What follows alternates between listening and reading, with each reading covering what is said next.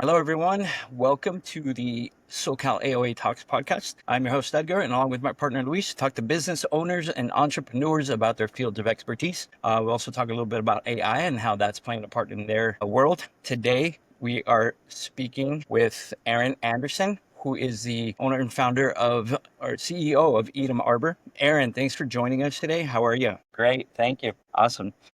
So, Erin, what we want to do is we want to kick it off first, just talking about your background. Want to give us a little bit of background on how you got started with Edom Arbor and a little bit of history behind that. My name's Erin Anderson. I grew up first generation Montanan. My parents grew up in Minnesota. I moved to Boston when I was an undergrad and kind of I went to UMass Amherst for my undergrad and studied sociology. I guess the study of people has always kind of been my first and foremost. And I always thought I wanted to be an executive director of a nonprofit. And so that was kind of like the route that I took. I finished my undergrad.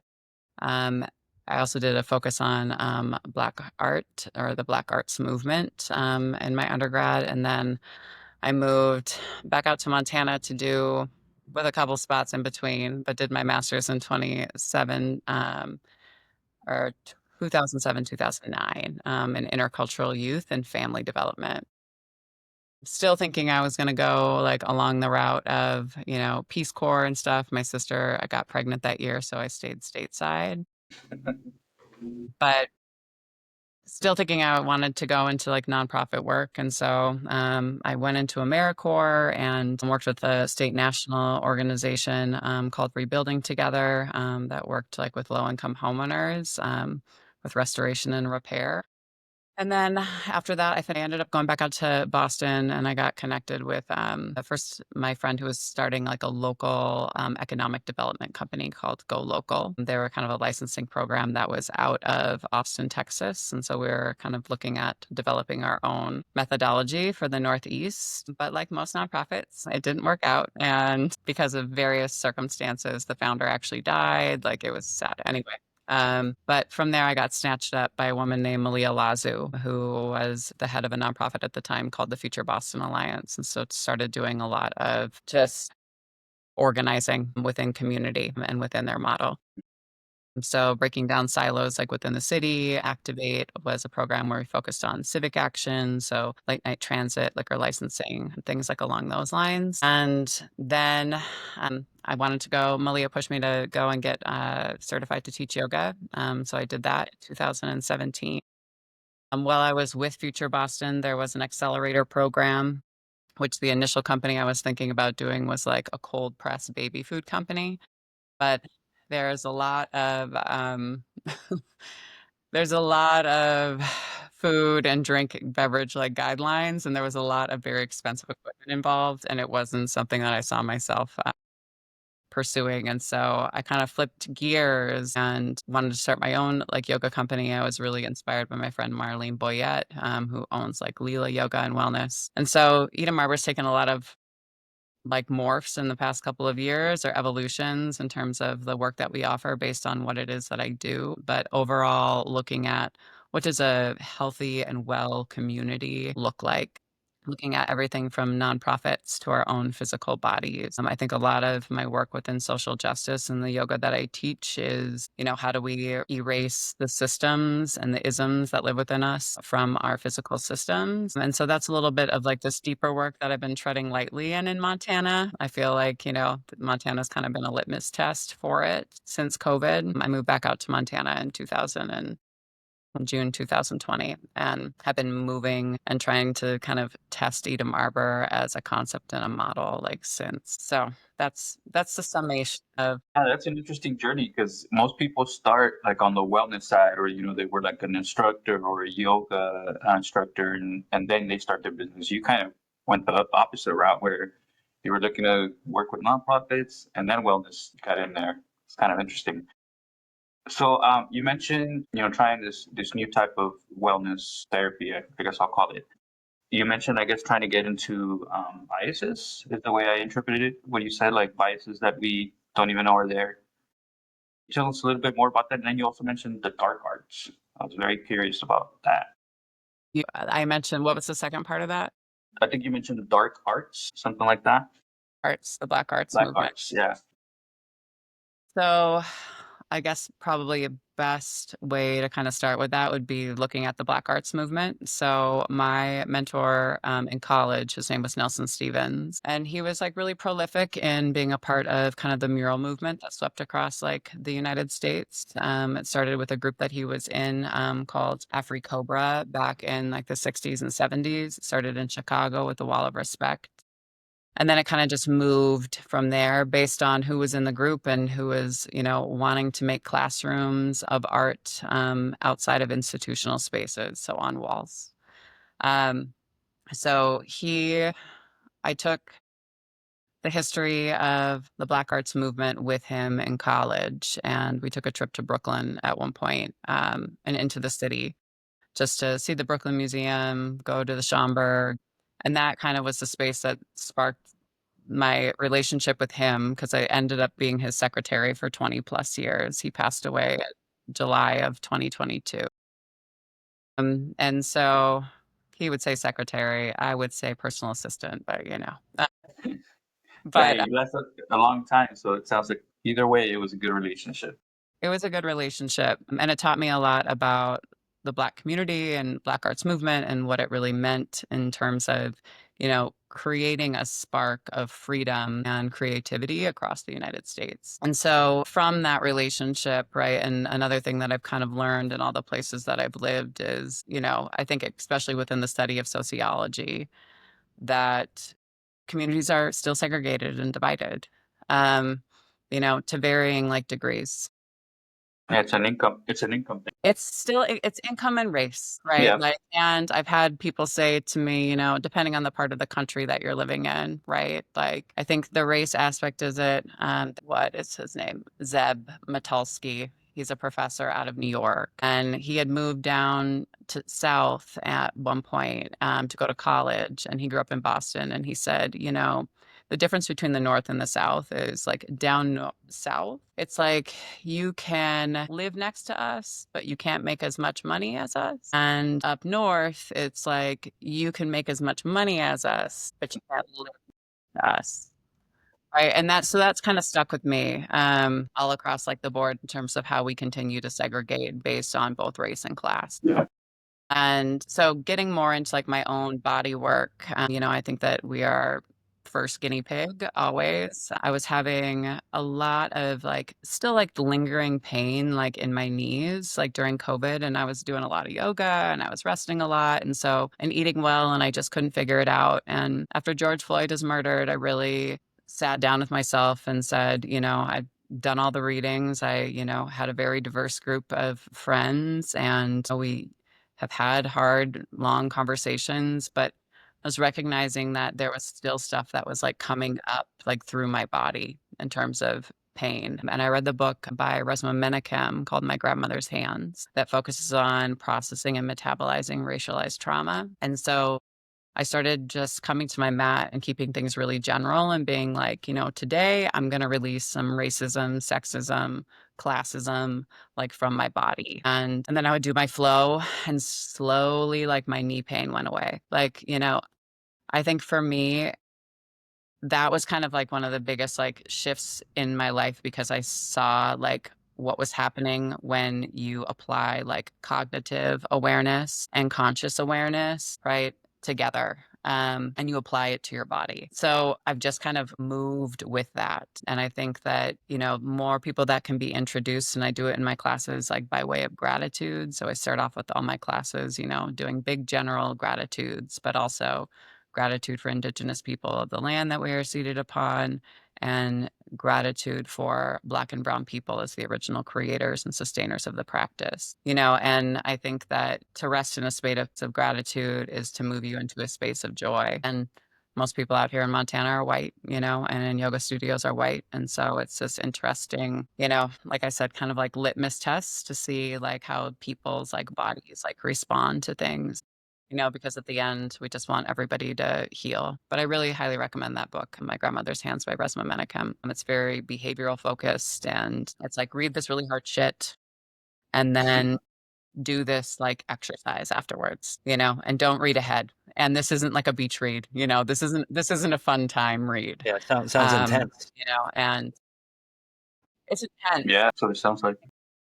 It's well worth it. Like it's well worth it. Just have a really good therapist on call. Yeah. Yeah, I mean, it sounds like it gets deep into the mind. The mind is very powerful, like you were saying. You may be physically fit, but if your mind is not well, there's Mm. going to be other negative ailments that come up. Yeah, It's and that true. goes I hand in mean, and they hand, usually come up through your Yeah. yeah. Erin, Yeah, so I absolutely. want to talk a little bit about like your audience and your growth. How have you seen the community respond to your inclusive, purpose-based approach? Are there any events or experiences that like have created the most impact for you or your participants? I think, when we first started doing like the full moon series, I did it in collaboration with my friend Marlene Boyette, who's a teacher out of Boston. And we were doing pop-ups like on the pier. Another piece of the body was to get people more in touch with like the divine feminine. And so getting us flowing like with the moon. And those events themselves were like really miraculous because they were just super fun. We really just put the call like out there and like 150 people like showed up type of a thing. Yeah. Wow, And so it that's a good had, turnout. yeah, for like your first events, like it was a really good turnout.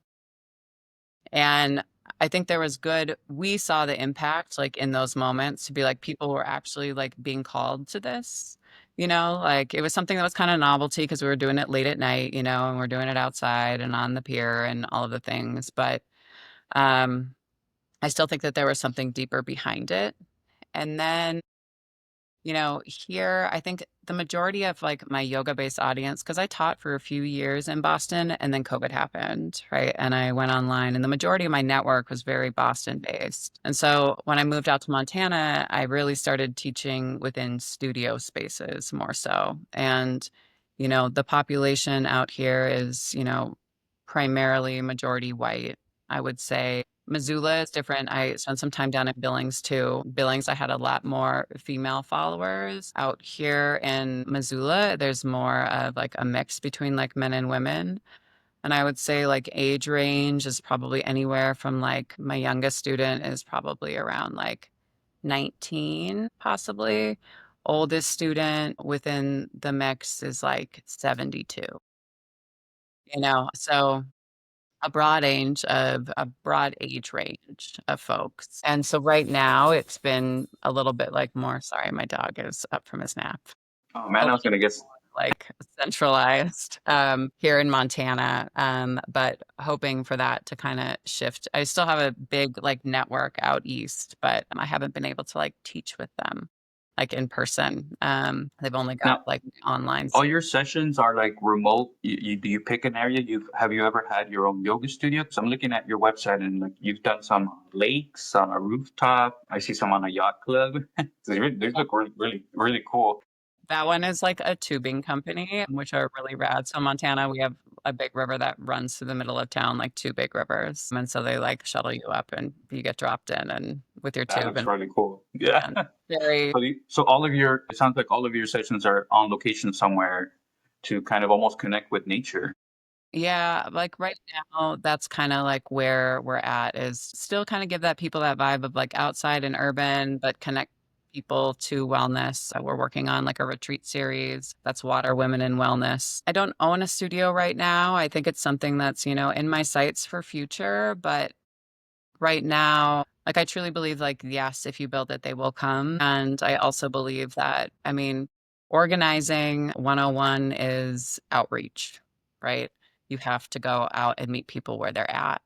And the majority of people aren't in a yoga studio, like some people are in gyms, some people are just wanting to be out in nature, some people are at the bar, like, and so for me, it's not so much like going into spaces and creating like novelty experiences for folks. It's literally like going into spaces where I did an event for like the marathon and like one dude showed up like, like because he had ran the day prior, like one of the shorter races, and he'd never done yoga in his life. So he gets like a one-on-one in this on this beautiful like rooftop like deck space, and so I feel like it's moments like that where I'm like, this guy would have never just walked into a studio, maybe not Right. this year, but he was open to doing it here and now, and so I think that there's something really special about Edom Arbor within that. And so I kind of see us like a mobile like company at this point in time, Yeah. but I can see us turning into something that, has some roots. It's just a matter of like where, and home state is Montana. Yeah. I've got roots in Minnesota too, but I grew up here. So, but I also feel like I got my legs in Boston. So, I could see us like creating something that is here as kind of like the flagship and then going into like other cities and spaces that we love with like the model that we teach through, which is gratitude for the creators of like the practice, right? And the stewards of. So tell us, let's shift into like the business side of things. Tell us like your day to day, if there is such a thing for you. Are you mainly focused on like organizing these events? How do you get, new customers? Is it social media? Do you advertise? What's your marketing like? Tell us a little bit about all that. Yeah. So right now, Edom Arbor kind of sits in a couple of like different like niches. So I do social media consulting and creative design for a couple of companies out of Boston as well. And so really just working with them in terms of creating beautiful like products that are in alignment with a mission that they have as a company, which is in the space of diversity, equity, inclusion, local organizing, and wellness spaces. So I think a day in the life of starts with me having a cup of coffee, a water and a cup of coffee. And then I usually walk my dogs in the morning or my dog in the morning. And then I'll come home, depending on if I'm like teaching during the day, because I still teach at like other studios as well. So and during the school year, I teach at the university. I teach yoga 101 at the university with students. So it's usually like up in the mornings. If I'm teaching, I do all my things and then I'm out to teach. And then I take my afternoons to kind of get work done for clients. I think also, being a personal assistant for somebody for 20 plus years, I also serve as a personal assistant for another client right now. And just in terms of a space of helping professionals organize and then making sure that like the little details are taken care of. But I work with very like specific people for sure. So Malia Lazu, who I used to work with for Future Boston, I do work for her now as well through the Urban Labs and also through sunflowerspa.love, which one is a women's kind of like empowerment and wellness component, and the other is about like local organizing and making sure that people are on the same page. So, but and then I usually like teach classes in the evening too. You mentioned like organizing and, callbacks and all that. Are you using any technology or any tech tools like a CRM tool or any AI tools to help you stay on top of those or maybe automate some of those? In terms of the like scheduling stuff, I think my schedule, I manage myself right now. I can see myself getting into like more of like a Calendly thing. The stuff that I do for other clients, like their schedules are so jam-packed and there's so much stuff that kind of needs to be moved around that like there's some things that AI can do really well. And there's some things like when people have a lot going on, I think like a personal assistant is still like necessary and like needed. That personal touch. Yeah. Yeah. I think for me right now in a space of like, and I go back and forth a lot with AI, right? Because I know about like the environmental like destruction like attached to it and like all things that we have like, in the world from cars to, any type of like transit. And so I think from a wellness perspective, I really go back and forth with like AI, and I've had some clients actually ask like, please don't use AI like on like the stuff that is generated for us. Mhm.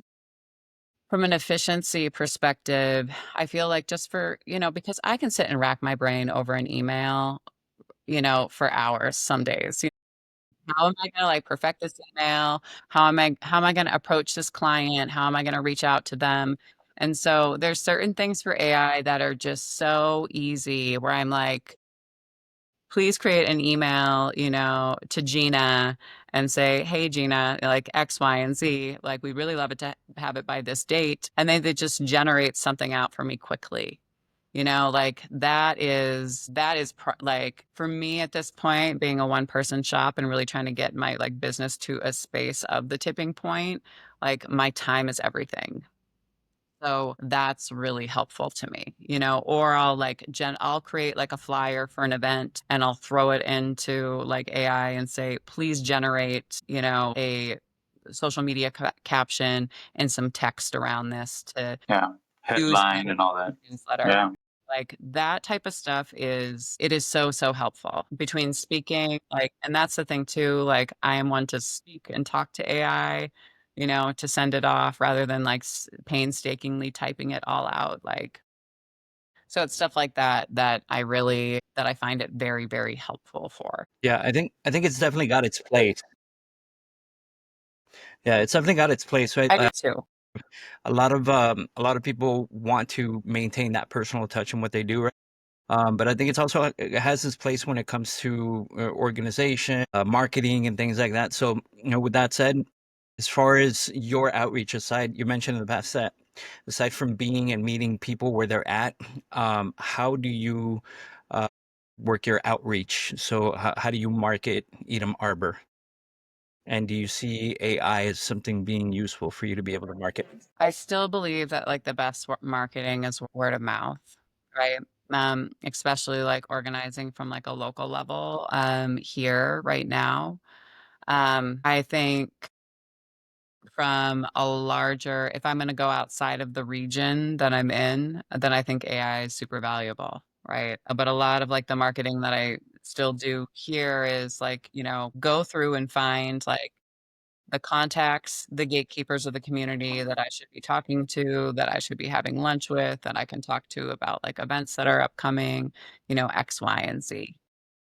And I think AI can help like generate, like I said, like the emails and things that I can like send to them individually with like that personal touch to say, thank you. I think the research side of stuff is Right. a little hard. And a lot of times, like, grassroots like marketing is still like boots on the ground. So it's like I have to be like out, at community events and talking to folks. Like I think that, the event space has like changed a lot kind of during COVID in terms of, there were always like the meetup of like when meetup got really big, and people would go and meet up for everything. But sometimes it was just like, a marketing event where everyone's just there exchanging ideas and exchanging cards.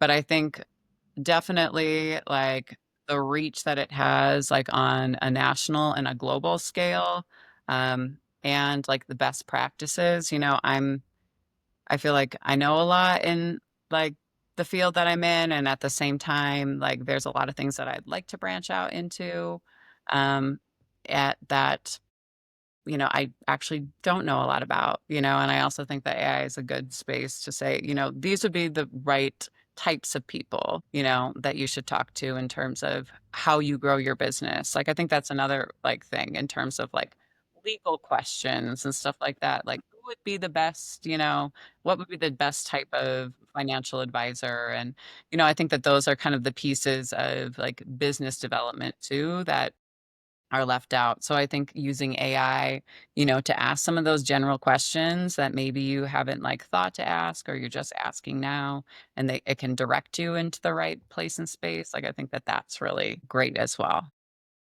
Yeah, it's got a lot of, for me, the research part of it, right? You've mentioned three different aspects. You talked about legal, you talked about real estate, you talked about research in other areas that you're not familiar with. I mean, it's just got so much data. It's hard to put a price on that kind of data. So, Erin, talk to us about maybe some bottlenecks or things that you mentioned that, and your time is very valuable. What are some bottlenecks or things that take up a lot of your time that if you could wave a magic wand, you could do? What would it be? Say things that I could wave a magic wand. I have to say, I think I'm pretty efficient, like in terms of the way that I'm working right now, which is great. I think before the bottlenecks were like my own spaces of creativity, you know? And I think also like me, like having to like push myself, like, thought for a while, I was like, well, maybe I can be like a wellness influencer and like, let me do all of this stuff. And, like needing to, I think honestly, the bottleneck is the restraints that we put on ourselves or the expectations that we put on ourselves in terms of what we should be creating, how much we should be creating. I had a client at one point in time and they own a food truck. And she was a friend of mine. They had a food truck pivoted into a restaurant. They do Jamaican cuisine. It is I delicious, love Jamaican food. Jerk, chicken. so good.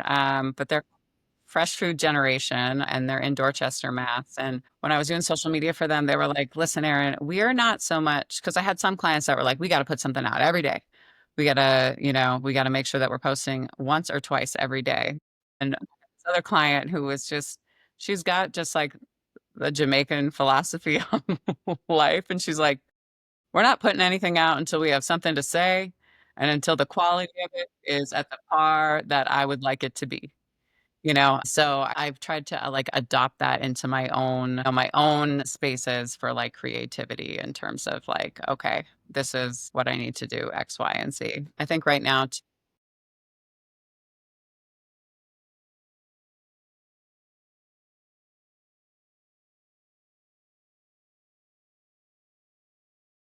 Yeah. 1000%. And where do you see Edom Arbor in the next 6 to 12 months?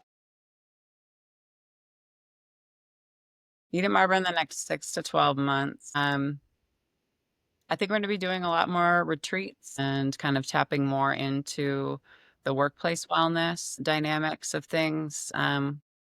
Also playing around with like deeper consulting within like the nonprofit industry in terms of what it means to shape more of a well economy that like gives back. But right now I see retreats both national and global, which I'm excited about. Oh, that's cool. What's your first global destination? I think it's going to be Bali, which I think will be really fun. I'm doing a event with Michael Franti's son on August 5th here in Missoula. And so they own Soulshine Retreat Center in Bali, and I like their equity model. And I appreciate, that there's been wildlife preserve and things along those lines. Like that stuff's really important in terms of, going into somebody else's home space and community. So that's kind of where I see us as kind of like heavy in the event space and then always open to whatever is kind of coming down the pipeline that feels like a good yes and a good investment. Great opportunity, yeah. Well, Erin, we are coming up on time, so we want to be mindful, of course, of your time. We know you're a busy woman. Just to wrap it up, I'll let you know what we do is we talk to business founders, entrepreneurs, and we like to just get their insight into their journey. And then we like to see if there's any opportunity for us to partner with them using AI tools, right? So we'll take this call, this transcript, and we'll actually upload it into an AI analysis tool, and that'll go through everything you said. And if you mention content, if you mention website, it'll see if there's an opportunity for us to partner with you and help you improve on those areas or save you time or, anything of that sort. So, if you're not opposed to it, we'd love to set up follow up and go over that analysis with you, maybe sometime next week or the following. Yeah, that sounds great. That sounds great. Awesome. Great. So we'll send you also some short clips if you would like to share on your social media. The episode, I do gotta say, we got a little bit of a backlog. We've had good success with our podcasts this past. Yeah, thank you. So we're a little bit of backlog. It'll probably be up by next week, but I can definitely send you some shorts if you want to share those on your social media now. Okay. Okay. Yeah, that all Great. sounds great, guys. Yeah, and open to talking because I have a good feeling that I'm going to need more like management, like on my side.